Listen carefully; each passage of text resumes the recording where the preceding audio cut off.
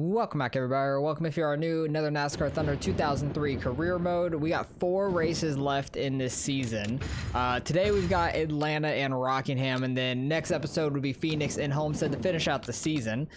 We are a little bit ahead of Greg Biffle in the points, just behind Casey Atwood, Casey Kane, and a little bit further behind Frank Kimmel. After that, we can't really catch anybody, but we could possibly get a top 40 in points, which would be pretty wild with the season we have had. So we're getting a little bit better and better every week.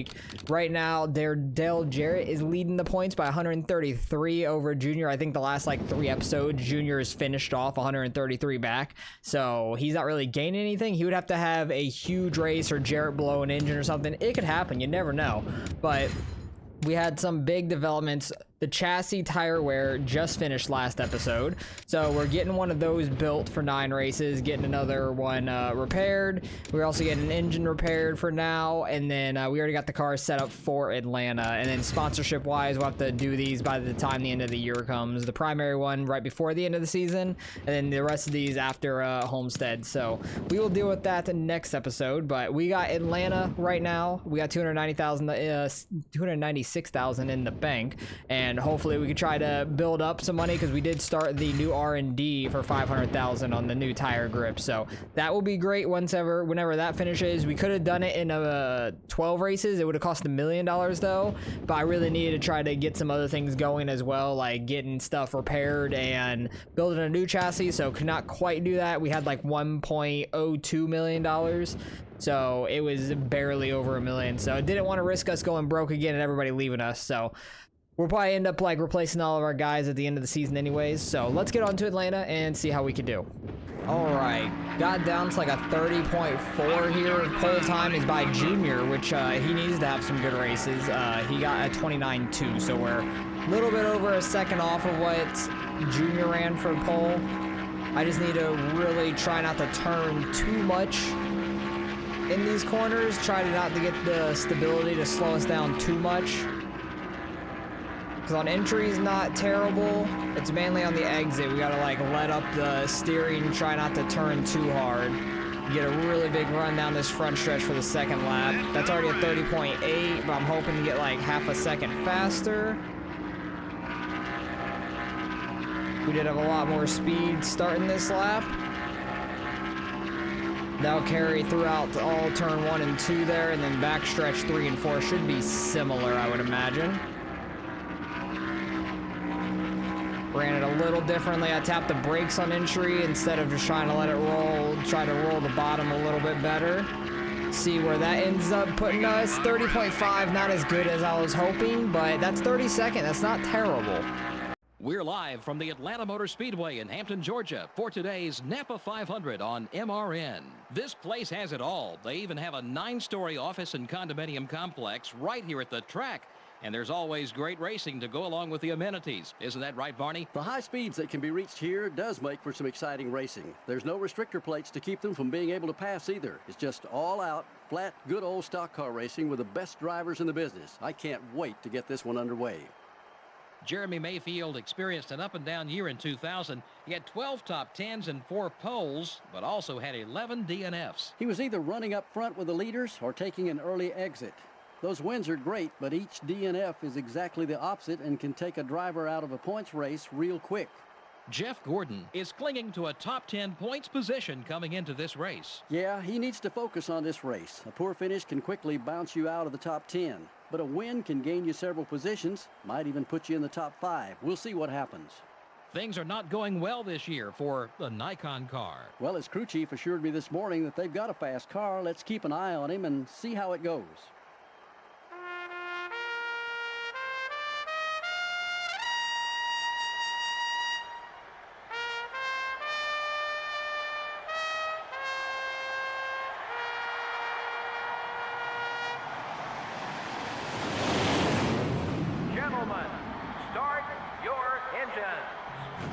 Looks like Dale Jarrett might be back close, but around like 25th or so, it seems. Somewhere up here on the bottom, 23rd, 21st maybe, somewhere around there. I saw him in the bottom of the lane. Trying to scooch our way down here, Kurt Busch. I don't think I'm going to quite be able to. Oh, we do. Nice. I'm actually shocked that he was able to let us in there, because I thought he was going to stay under us and there's going to be some banging there in turn 1. But hopefully we can have a decent race. I'm hoping we don't fall off too bad in the run. I'm already overdriving the corner, which is what I need to not do. Try not to damage our car. Immediately hit somebody in 3 and 4. Okay, our car's still good, no damage. I'm kind of shocked by that. I'm gonna be stupid and try to take it 3 wide. Backed out a little bit, but they just took it a little deeper into the corner. So I'm thinking my car is gonna get tighter throughout the run. So I'm hoping the stability help won't be as bad later in the run. We'll see. We got like 15, 16 laps for the pit cycle. We're already falling back to the back of the pack, which I'm not shocked by, honestly. It usually happens.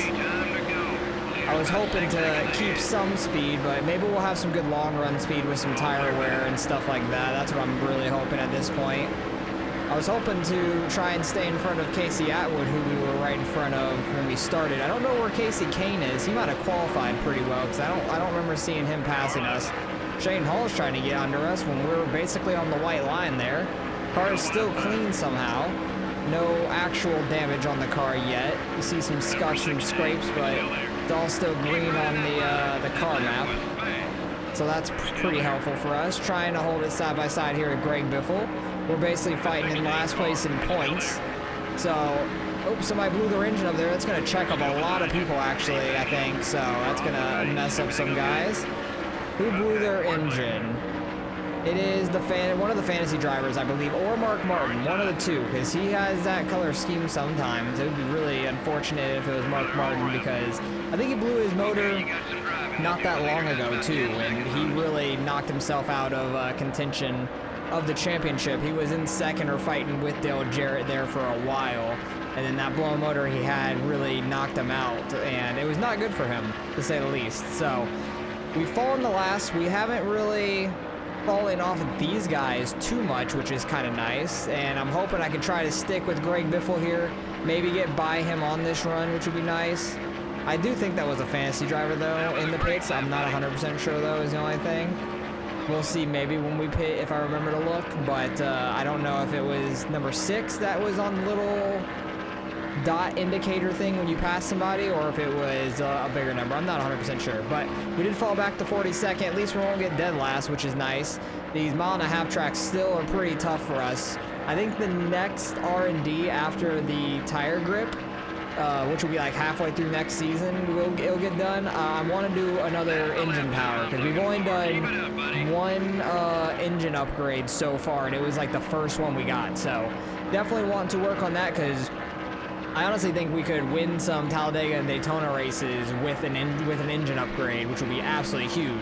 So that will definitely help out, and then we'll have a lot of tire grip and tire wear, and hopefully we can get some better guys working on the car and making some better chassis and engines for us next season too. So that will be exciting, but I'm going to skip ahead until we're about to pit here, because I don't think I'm going to be catching Greg Biffle here, and Scott Wimmer's kind of falling back up there too, or Todd Bodine. I don't remember if that was a 26 or 23. I think it was a 26. It might be Todd Bodine.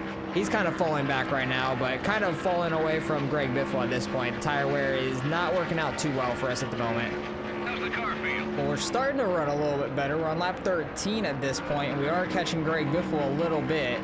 Been kind of hunting him down slowly, because like I thought, my car started getting a little tighter, and I was able just to kind of run the bottom if I hit it well enough, and then get on throttle pretty good.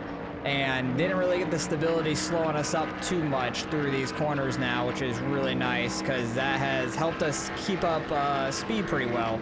So I'm running like upper 30s, low 31s. That was actually one of my worst laps recently. And pit cycle has started. I'm going to go until probably like 17, almost 18 maybe, because coming up to lap 10 was when we got halfway on fuel. So we can probably go close to 19, 20, but I don't want the pit road to get too busy and get on there. That won't be very good for us. So probably going to wait a couple laps here and then get going into the pits, but we are slowly chasing down Greg Biffle here, which has been really nice and fun. To maybe able to battle with him some. It will be interesting after pit road where we end up at, because I know they're probably going to get a better entry than we are. I don't know if his pit crew is better than us. They might be.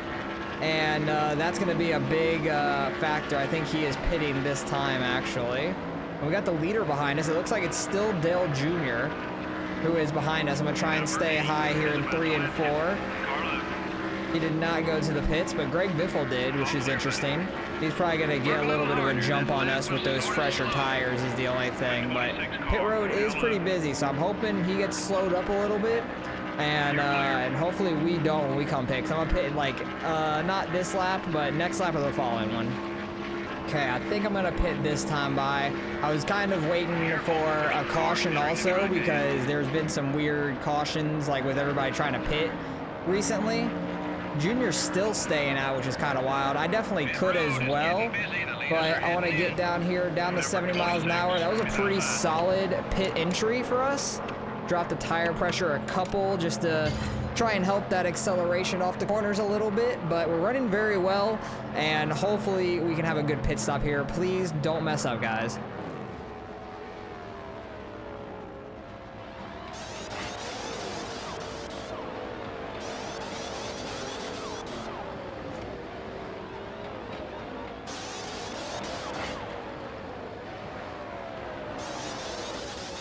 Solid stop, 16-1. That's definitely been their best on the season, I think. So that's actually pretty solid. I think Greg Biffle just went by in that little pack there. Tried to come up on the track after Ryan Newman there. So we definitely lost some time there to Greg Biffle, it looks like. That is very disappointing. Kind of makes sense, though, because he short pit us by like 2 laps. And you can make up a big amount of ground with fresh tires and stuff. So I'm going to try to put in some solid laps, see if we can't go up there and try and catch them because we got a couple lap fresher tires. Not sure if we'll be able to or not. And it looks like Junior just finally pitted, coming on the lap 20 for him because we are a lap down. So we definitely are pretty far behind catching anybody, but we'll do our best to see what we can do. Alright, leaders on the white flag, which I believe is still Junior. He's led most of this race and just dominating it, which is great for him. He needs that in the points badly with 4 races left, coming up to 3 races left. We did not catch Greg Biffle whatsoever, which is unfortunate. Actually, Atwood's the one in front of us, Atwood and then Shane Hall and then Greg Biffle. But he is taking the checkered flag now. We'll see if it was Junior when we cross the checkered flag for sure, but I'm imagining it was because he was dominating this race, which is absolutely crazy. Everybody makes their car better at the pit stop, it seems like, because we were like right at Greg Biffle, and then he was like half a straightaway ahead of us. I don't know where he ended up at now, but he is so much further ahead of us than half a straightaway like it was in the beginning. But we ended up finishing 42nd. It is what it is. We definitely need some more power in the car. Dale Jarrett got all the way up to 4th. Wow, that's a huge turnaround for him. We ended up getting some decent money still because we qualified all right. Race winnings wasn't crazy. But Junior is going to make up some points. But I thought Jarrett fell so far back because where did he start at? I really need to see that because who was that blew the engine also? Mark Martin was the one that blew the engine. Wow, that sucks for him. He is just dropping in points so quickly. Like, that is so unfortunate. But he did start 23rd. He was around that area I thought he was. But Junior started first, led 30 of 32. Gordon led the other 2 and then pitted really late. And then Jarrett didn't lead any, so he's gonna gain like that's 25 on him, but he needs a lot more than that. He's only gonna be like what 108 away now with 3 races left. He's gonna have Jarrett have a huge mistake. We did gain a little bit of money, which is a positive, and we had a really clean race. Did not damage the car one bit, so the chassis actually stayed intact very well for that race. So I actually think we might just stick with that engine. What engine are we on? This one? We'll stick with this engine and also the chassis just to preserve, no, don't sell anything, just to preserve everything else, because this one's getting repaired anyways. It's the only good chassis we have, so we'll stick with that chassis. Luckily we didn't damage it at all because we're doing very well there, and by the end of the season we'll have a new chassis, and then we're having a new engine repaired, which will be done next race. But we have a couple of engines we can use. This one I might be able to sell number 6, honestly. I might be able to repair it. We'll see what we can repair it to. Number 9's not terrible. 7's gonna be repaired. 23rd after this race. 8's still pretty good right now. That was the first race we've used it, I believe. So that one's doing pretty well. But I definitely want to do an R&D of engine power again, because that seems to be holding us back at some of these 1.5 mile tracks. We're getting decent grip and everything in the car, especially once this next R&D is done. So the next thing definitely needs to be some engine power. So let's get on to Rockingham here. 3 races left in the season. See how we can do. Hopefully we can finish like top 40, top 35 maybe. It's kind of a short track, kind of not. So we'll see what kind of speed we have. All right, got down to like a 24.3, and pole time is a 23.6, so we're like 0.7 off. And I think Jimmy Spencer got pole, which is random, but I think he does good at this track a lot of times and every time we come here. But we'll see what we can end up doing. I have the car like screaming down these straightaways. We just really gotta not overdrive the corners. That's my main problem at this track, is always overdriving the corners. And hopefully we can have a decent run. That's 23rd already. That was a 24.2. That was faster than I had in practice, and I overdrive turn 1 immediately. I was too busy looking at the timing and positioning of everything because I was shocked by that. But we might run decent here because it's kind of a short track, kind of not. So if we can get the car driving right enough for like the long run, I feel like we'll be pretty good, because I don't have too much stability help right now, so I might need to drop back a little bit. So second lap wasn't good, but we're starting 23rd. That's pretty good for us. I'm happy. We're live from the North Carolina Speedway, otherwise known as the Rock side of today's NASCAR race, the Pop Secret 400, right here on MRN. What makes the Rock so tough, Barney? Tires, tires, and more tires. You've got to take care of your Goodyear Eagles when you come to this place. Otherwise, you'll be sliding up into the wall before you know it. Jimmy Spencer won 2 races in 1994, but wound up 29th in the standings. How does that happen? Well, he had 11 DNFs, that's how. Each time you fail to finish a race, it almost completely wipes out one of those good finishes. The points championship is all about consistency. Dale Earnhardt Jr. comes to the track with the hopes of maintaining his top 5 points position. Gaining on the leader is tough when you are in the top 5 in points. It takes you having a good race and the leader having a bad one in order to gain anything substantial. The Nikon car is having some trouble in the points this year. Yeah, those guys have been working so hard this year. It's a shame it doesn't really show in points. Just seems they can't keep that car out of trouble on race day. Maybe their luck will change today.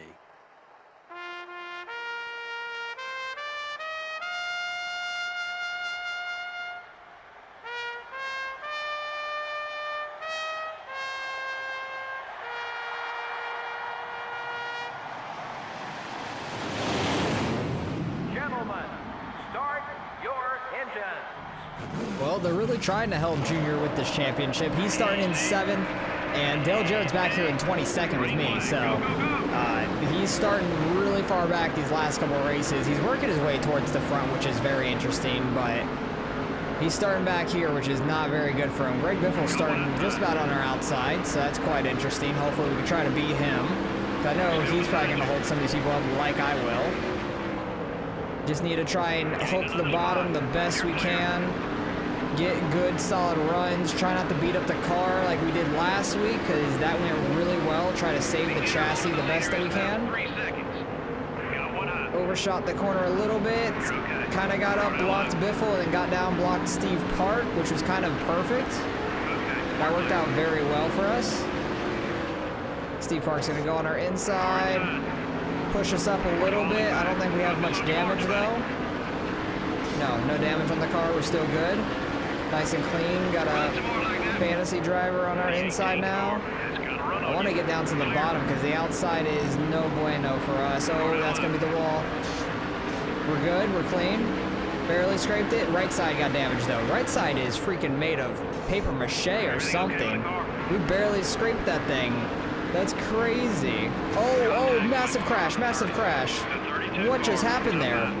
We're going to gain some spots out of that, but why did everybody check up here? And I just dumped, I think, Ricky Craven back there. Or no, that was Jeff Green is who I dumped. But why did everybody check up so hard? I'm so confused. That was very odd. But no reason to pit yet. It's kind of early. I don't think you can make it the rest of the way on fuel.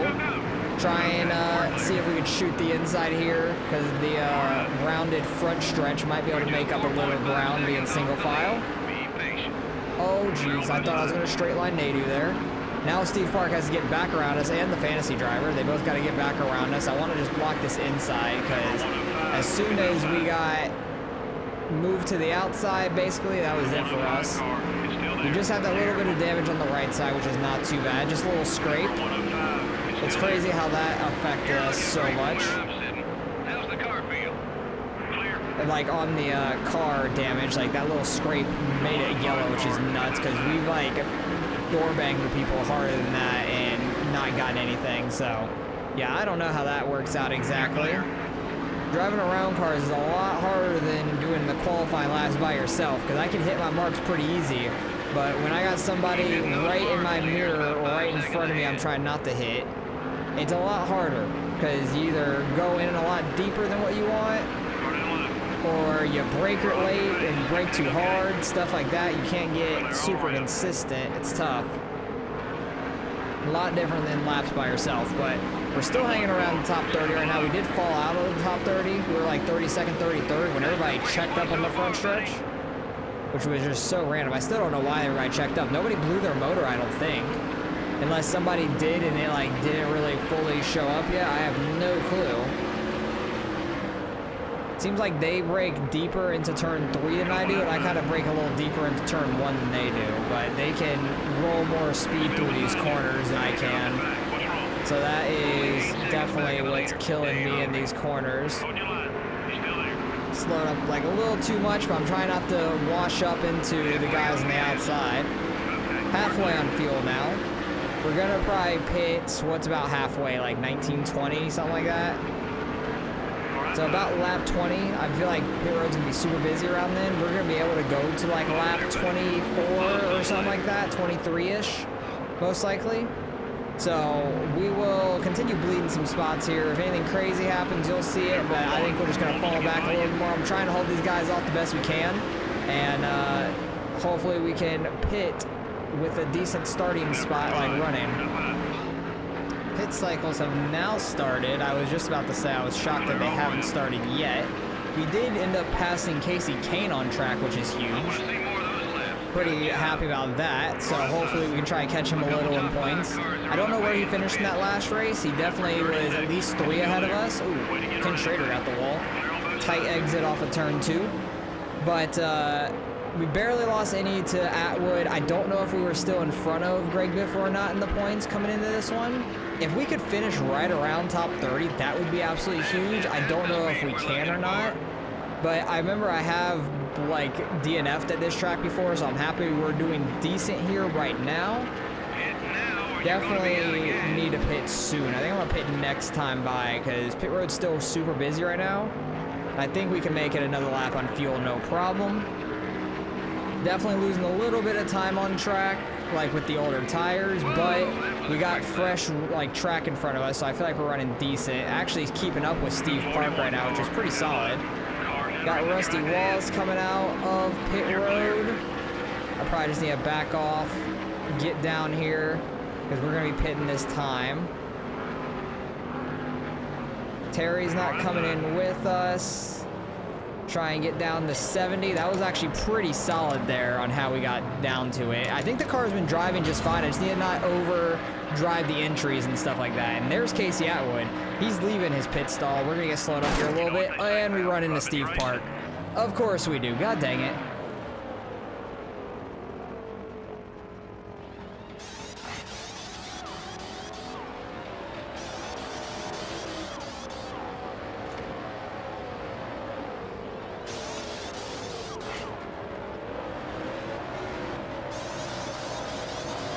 Decent pit stop for them. 17.5 is basically what they were projected.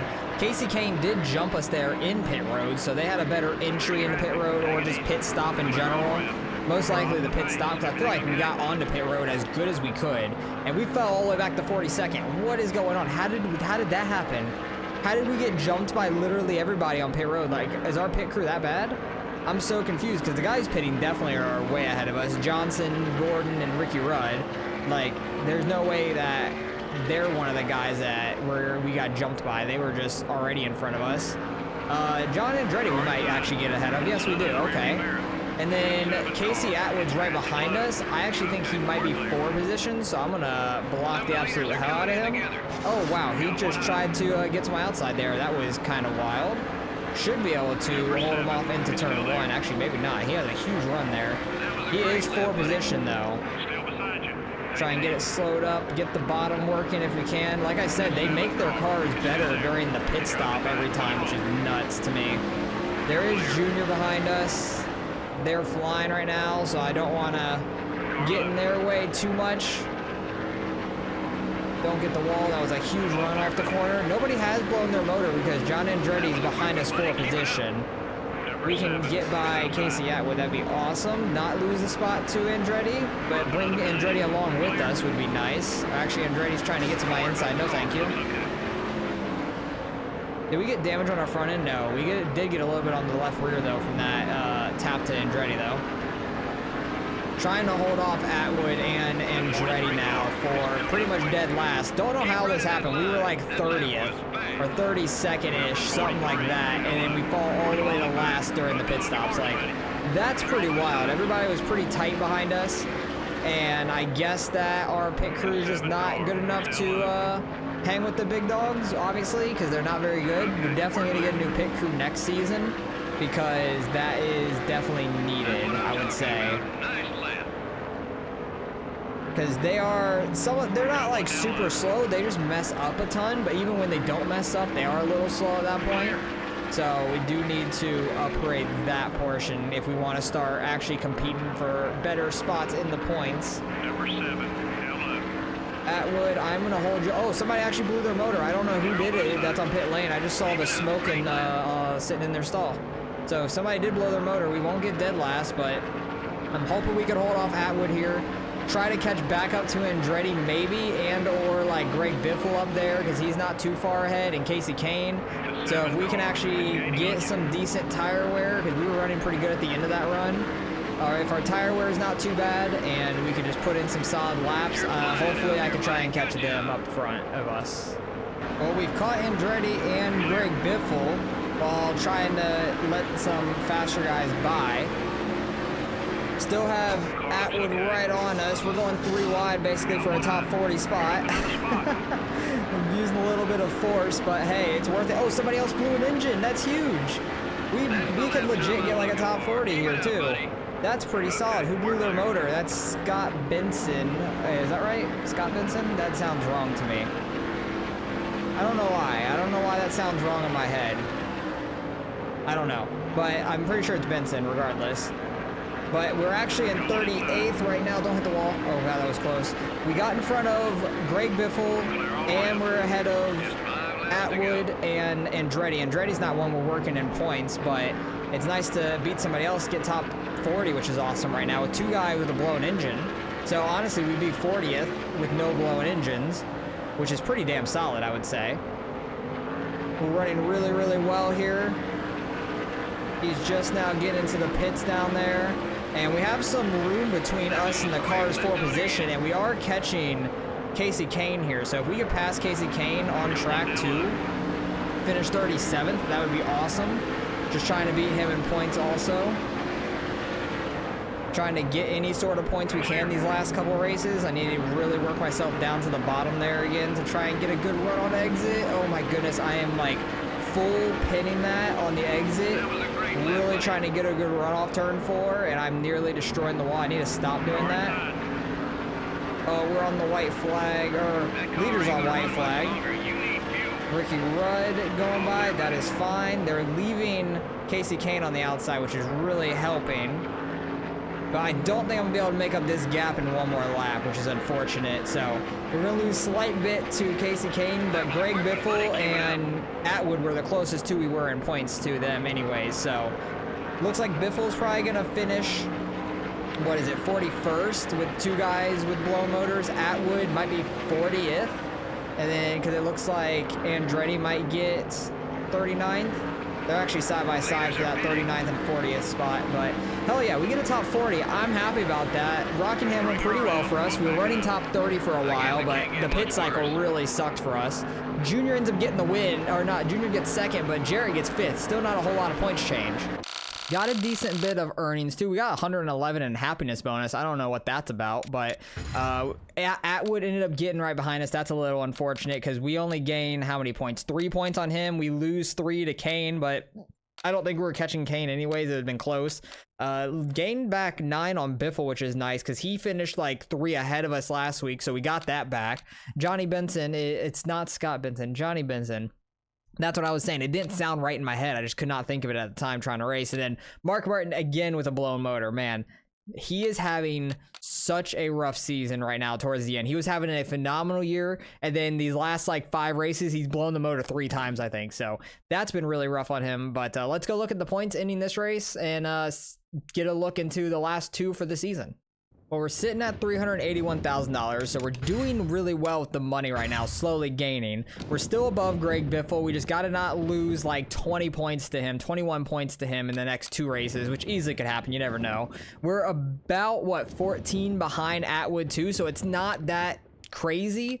If we can actually have a good Phoenix or Homestead race, I'm not sure, but Casey Kane's kind of far away, like almost 40, so that would be really hard to get unless we have a really good Phoenix and or Homestead. So we're doing great there. Sponsorship, definitely gonna have to do the primary next episode after Phoenix, and then the secondary associate team and driver after Homestead before we start the new season.